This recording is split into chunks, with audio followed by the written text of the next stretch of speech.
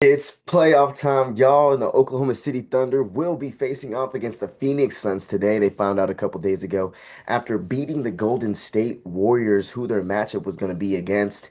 And now they face off against the Phoenix Suns in the first round, a 1-8 matchup. The Phoenix Suns actually lost to the Trailblazers to then face the Warriors and then defeat the Warriors to face the Oklahoma City Thunder. But like I said, playoff basketball is here, y'all. I am so excited. Got to get this thing going because we start here at 12 here soon. But all right here on Thunder Banter, playoff edition. Let's get into it.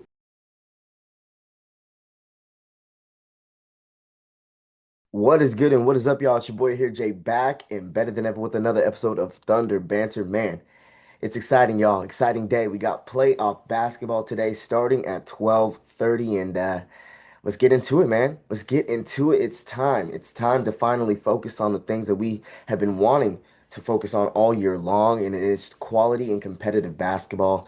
And yes, the regular season is obviously competitive, but I feel like that is obviously a prelim to what we really want to get to, and that is to repeat as back-to-back champions. I'm excited, y'all.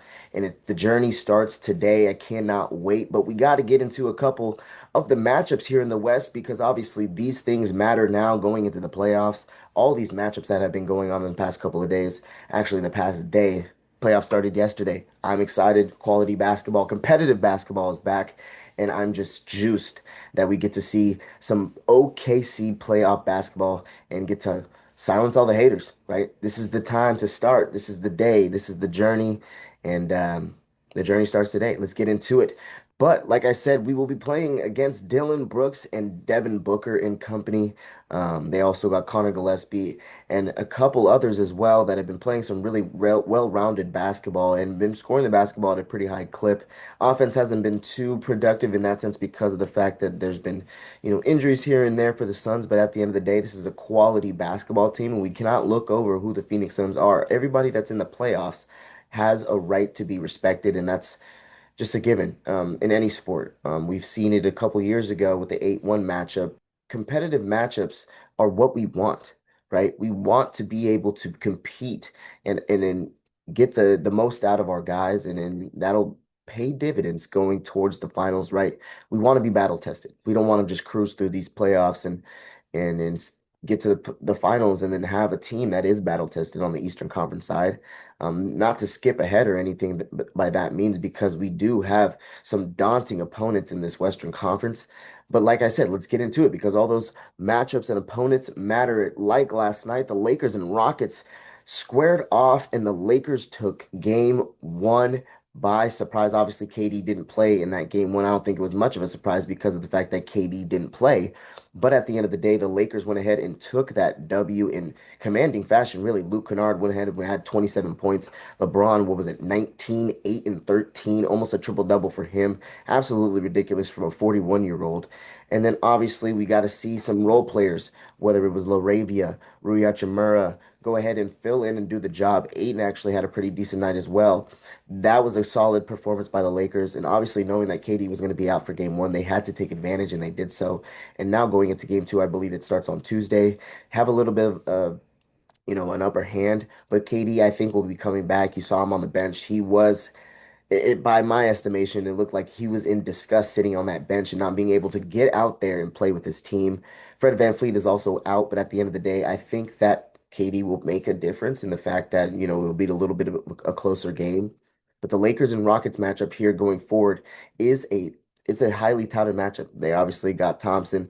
They obviously got Jabari Smith Jr. as well. And they got a bunch of Tari Eason. They got a bunch of young core dudes that can get the job done in their roles. And once KD fills into that, and if Sengun can manage to, not try and take the role out of KD's hands, I think the Rockets will be fine. But the Lakers look really good. The way that they played defense that last night was fantastic, especially against the Rockets team that can score the basketball pretty easily. But at the end of the day, the Lakers go ahead and take game one, but there's a lot more to dissect into that series. But we obviously got to get into Thunder and what we got against the Phoenix Suns. But let's get into the rest of the matchups as we have Wolves Nuggets. The Denver Nuggets went ahead and took game one of the series last night against the Minnesota Timberwolves in really commanding fashion. Joker with another triple double, Jamal Murray fantastic game. And if you can get that from that dynamic duo, I think that you can go ahead and cruise and win this series. Although Anthony Edwards has to, you know, if he pops off, I'm not saying he has to, but I'm saying, if they want to win, he has to. At the end of the day, if he does, that is a scary moment for the Denver Nuggets because it was a pretty, evenly contested game throughout the game. Actually, the Minnesota Timberwolves were leading throughout pretty much the entire game. Then Denver took the lead late and went ahead and obviously didn't let the Minnesota Timberwolves come back. But at the end of the day, if Anthony Edwards can go ahead and drop a little bit more points, or if you can get some more help from the supporting cast in the back end of the game, whether it's DiVincenzo, Naz Reid, or you go ahead and get Rudy Gobert. Rudy Gobert was playing some pretty well defense early, but obviously Joker is Joker and he's going to get his. So at the end of the day, Denver takes game one in that series, and it's obviously in Denver, so it is a little bit of an upper hand there. I think that the Wolves can go ahead and make it a competitive series, but at the end of the day, I still think that the Nuggets will prevail into 7 game series, and you don't want to play the Joker, who arguably is the MVP in a lot of people's eyes. And let's move on to the last matchup between the Spurs and the Trailblazers, as this is a pretty interesting matchup to me. Obviously, the Spurs are heavily favored, but I want to see what the Trailblazers do. They're a very competitive team that had played very well throughout the season, I think, a lot better than what people had anticipated, considering the fact that they didn't have their head coach to start the season. And then you got Tiago Splitter filling in. Absolutely fantastic job by Tiago Splitter. And then you go ahead and get Dame back. So Dame obviously isn't in the fold yet, but having a young core build, their chemistry, and then dropping a Dame in there next year. Yes, he is a little bit older, but that is still a good veteran to be, a point guard of a team. I think that can be very good coming years, maybe even a bona fide playoff team in the coming years. But we will see. Obviously, the Spurs are heavily favored in what they got going over there with Wembanyama, Dylan Harper, Sochan, and then obviously Castle and Company Champagne. I mean, I can go down the laundry list of the guys that are filling in and doing a great job on the Spurs end, and they are the scariest team personally that I think us OKC fans are worried about here going forward. And obviously, we got to get the job done here against the Phoenix Suns, then moving on and playing against the Lakers or the Rockets. But at the end of the day, I think that once we get to that point, it will be a very daunting task, and I think that they're ready for it though. I think that the Thunder ultimately are looking forward to that matchup. So hopefully we get to that point, and when we get to that point, we'll be talking about it more. But at the end of the day, the Spurs, I think, will go ahead and prevail against the Trailblazers, who I think that are a very young team. They play tonight, so it's going to be an interesting game to see. But I'm so glad playoff basketball is back. The basketball community needs these types of games, y'all, to be able to get in, the character back after what was a hard season for the NBA, I believe. There's lots of ups and downs, and whether it was Chauncey Billups starting the season to have you know, um, those issues with gambling and being part of that whole ring. Um, and at the end of the season, the tanking issues. I mean, there's just so much to, think about. The NBA has had a tough season, and in playoff basketball, competitive basketball, is something that always kind of fills in the void, right? Makes it a little bit better. But it's been a lot for the NBA. But now, like I said, competitive basketball is being played and it feels refreshing. And I think that this is what the NBA needs at this point in time, especially after all the things that they have been through. But it's great to see. I mean, yes, obviously the play-in was fantastic. We saw Curry go off for that, first game against the Clippers. It was awesome to see, how much it means to him, even on restricted minutes. But then obviously losing the next game, it was sad to see because it felt like it was the end of a dynasty. It was the end of something that they had created, and who knows what the future holds for next year going for the Warriors. But at the end of the day, the play-in was absolutely fantastic between LaMelo Ball, and playing the Heat. Obviously we don't wish any ill will. Um, and the fact that Bam Adebayo got hurt, but at the end of the day, that was a fantastic matchup. Not to mention, obviously, the Sixers game was fantastic. And then like I said, the Curry fantasticness that he brings to the table every single time when it comes to the playoffs. So man, it was tough to see, but at the end of the day, it's fantastic to see the Stars just at least get into the playoffs and show their worth, not their worth, but show how much it means to them. You know what I'm saying? So for the first time in their careers, the Oklahoma City Thunder will face off against Devin Booker and the Suns, who lost their to the Trailblazers a couple nights ago and then went ahead and proceeded to win against the Warriors. But now the Trailblazers will be facing the number two, like I said, Spurs, and obviously we will be facing against the Phoenix Suns. But I'm excited for this matchup, guys. Dylan Brooks and Devin Booker. An interesting one here. Not really sure. I said that we've never faced them, but now that I recall, I feel like we have once. Either way, it's very limited history with the Suns here against the this regime of the Thunder. We used to play the Suns all the time when Kevin Durant and James Harden and Russell Westbrook were, the three-headed monster were here, but very limited, very limited experience against the Suns in the playoffs. But there's plethora of questions I want to go through, in the fact that how do we get this repeat? How do we go forward and progress throughout these playoffs, and how do we get to where we need to be? It's not a lot of breakdown here. It's more so preview of what we got going here at 12:30. So I'm excited, y'all, and get a little break here, and then we'll be back. We'll get into it.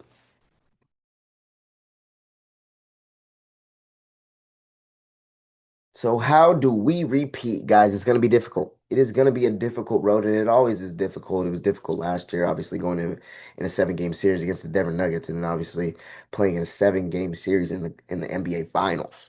Um, but this year is going to be a difficult one too. Having targets on our backs and having the great season that we did, another number one seed for the third consecutive year, guys. Targets on our back more than ever, especially being the defending champ and trying to search for back-to-back, which doesn't happen often. And there's plethora of things that I think need to happen in order for us to win. And it starts with rebounding, right? I think our defense obviously is solid. We can go there, we can start there. Defense wins championships. But what really it comes down to is rebounding, defensive rebounding and offensive rebounding, not giving the opposing team second chance points. And I think that's been an Achilles heel for this Thunder team this entire year. Yes, Chet and Hart have been in and out of the lineup throughout the year, haven't really played together a whole lot, so it hasn't had, a ton of production in that category per se.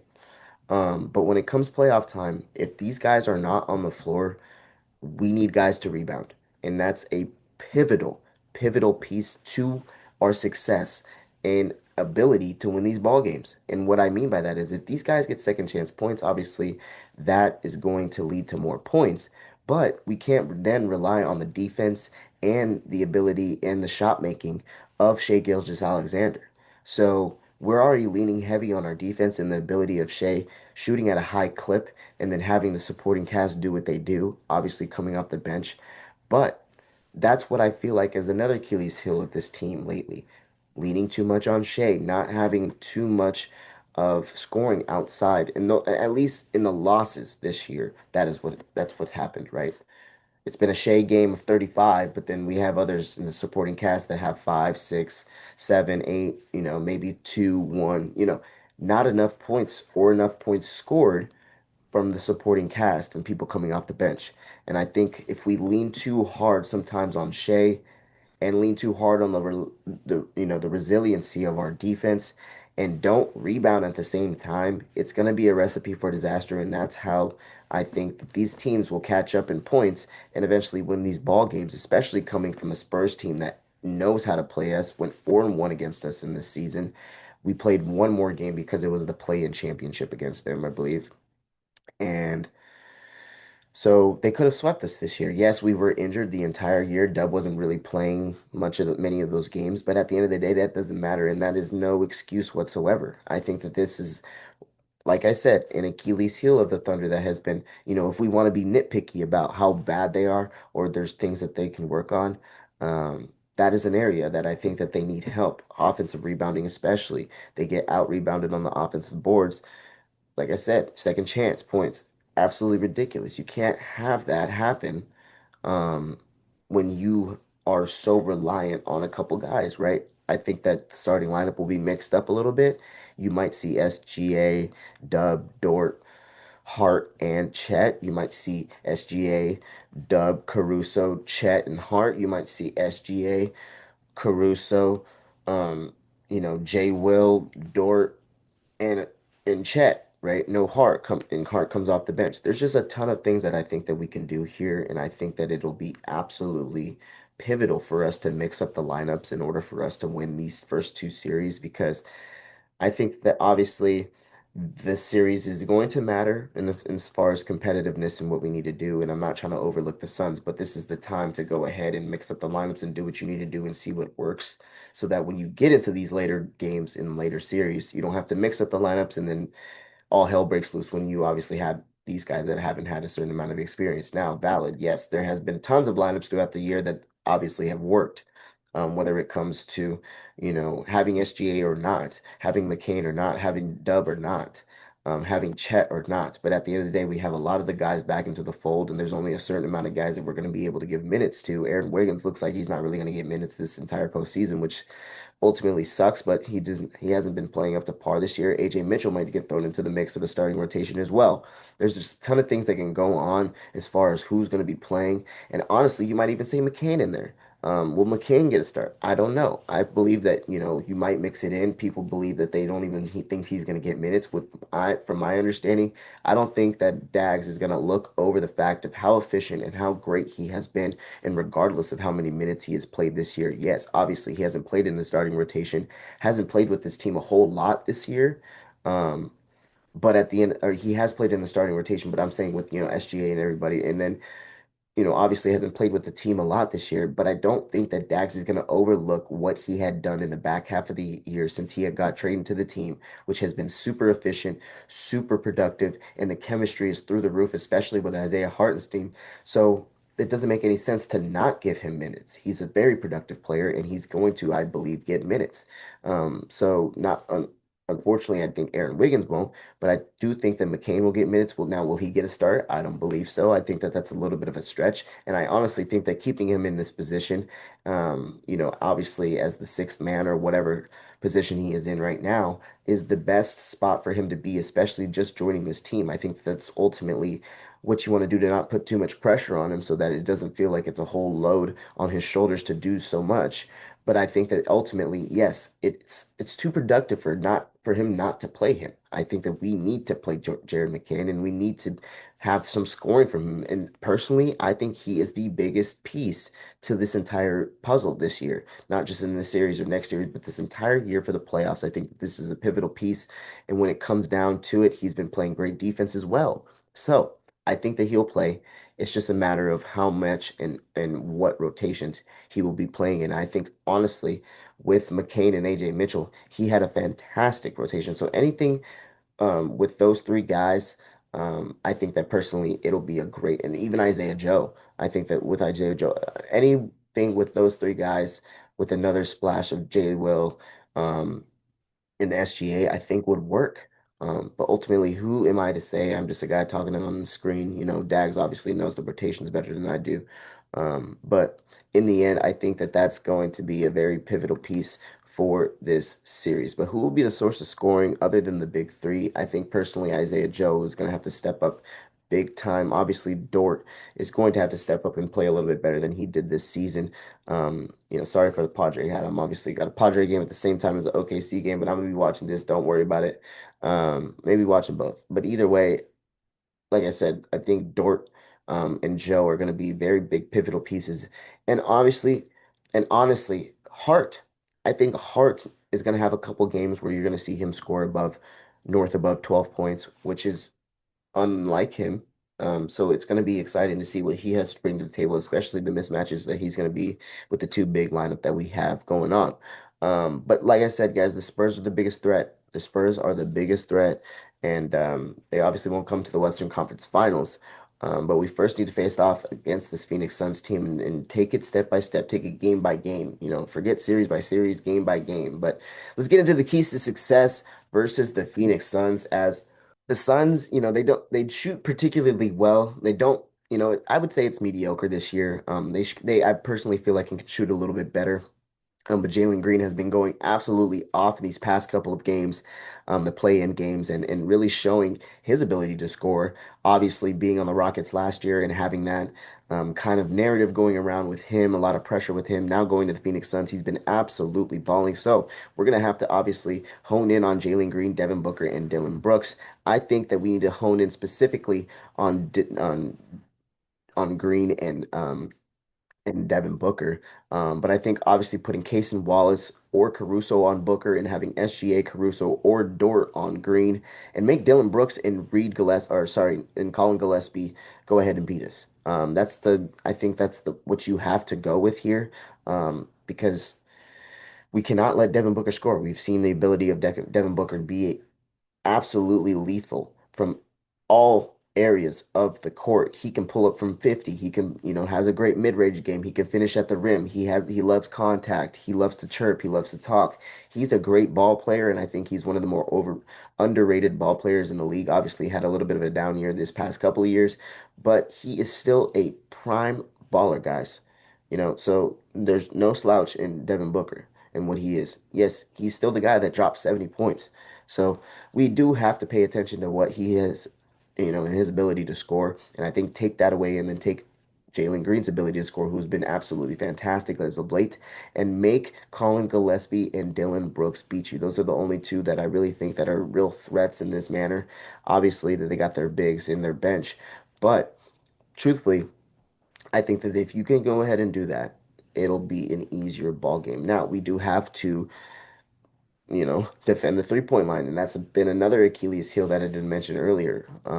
Rebounding and defending the 3-point line are two of our biggest Achilles heels, right? And I think that if we have failed to rebound and then we fail at guarding the 3-point line, the arc, it's going to be a long night for the Oklahoma City Thunder. And I don't think that we can't do that. We can't do that, and we need to be able to do at least one to be able to limit the damage. But we have nights where we can be able to do both. They aren't the greatest rebounding team, so they're around the same ranking as us when it comes to rebounding. So it won't be a crazy task, but we do need to rebound. It's an emphasis and emphasis. Um, so we need to be able to limit those second chance points, like I mentioned earlier, and not give them any more opportunities than they already have because they can score the basketball. So we need that to really come out in the fact that, Jalen Green has been scoring the basketball really great as of late. Shoot, even Colin Gillespie has been scoring the basketball at a great clip. These guys can score, guys. Like I said, every team, every playoff team needs to be respected um, in that manner. And truthfully, I think that we can go ahead and win this series in a sweep, but I'm not trying to get ahead of myself. I think that we can go ahead and win in 4 to 5 games. And 6 games would surprise me here. I do think that we will, manage to, get out of here in 4 or 5 games. But at the end of the day, who knows, guys? The playoffs are the playoffs. Once you get into the dance, it's a whole new season. And I know they have a whole new profound motivation to go ahead and try and win a championship. Because once you're here, you might as well try and win a championship with the pieces that you have. And I'm not, trying to say that, they're going to beat the Oklahoma City Thunder or anything. But I just think that, you can't look over any opponent when it comes to, any sport when you're in the playoffs. So it's going to be interesting, guys. We got the game at 12:30. I'm going to go ahead and eat some breakfast and get ready for this game. I'm already prepared. I'm already suited up, suited and booted for this game, guys. But we'll go ahead and honestly, I think I'm going to be doing like a couple podcasts when it comes, not every game, but maybe every other game. Really depends on what happens in the game. If there's something chaotic, I'll hop on and I'll definitely, stay tuned in what's going on. I'll definitely be making my little TikToks as well. But playoff basketball is back, y'all. Playoff basketball is back, and the journey to repeat starts today. I'm so excited, y'all. But let's go Thunder up. It's the end of the season, and it's the start of a new season. So I'm excited, y'all. But in the end, the Thunder have an opportunity to rest up and get ready for, the next series. So let's see what we can do and try and take advantage of um, you know, this series and see if we can get a sweep. But we will be back for more playoff basketball all right here on Thunder Banter. Appreciate you guys tuning in, and I'll see you guys in a couple days. We out.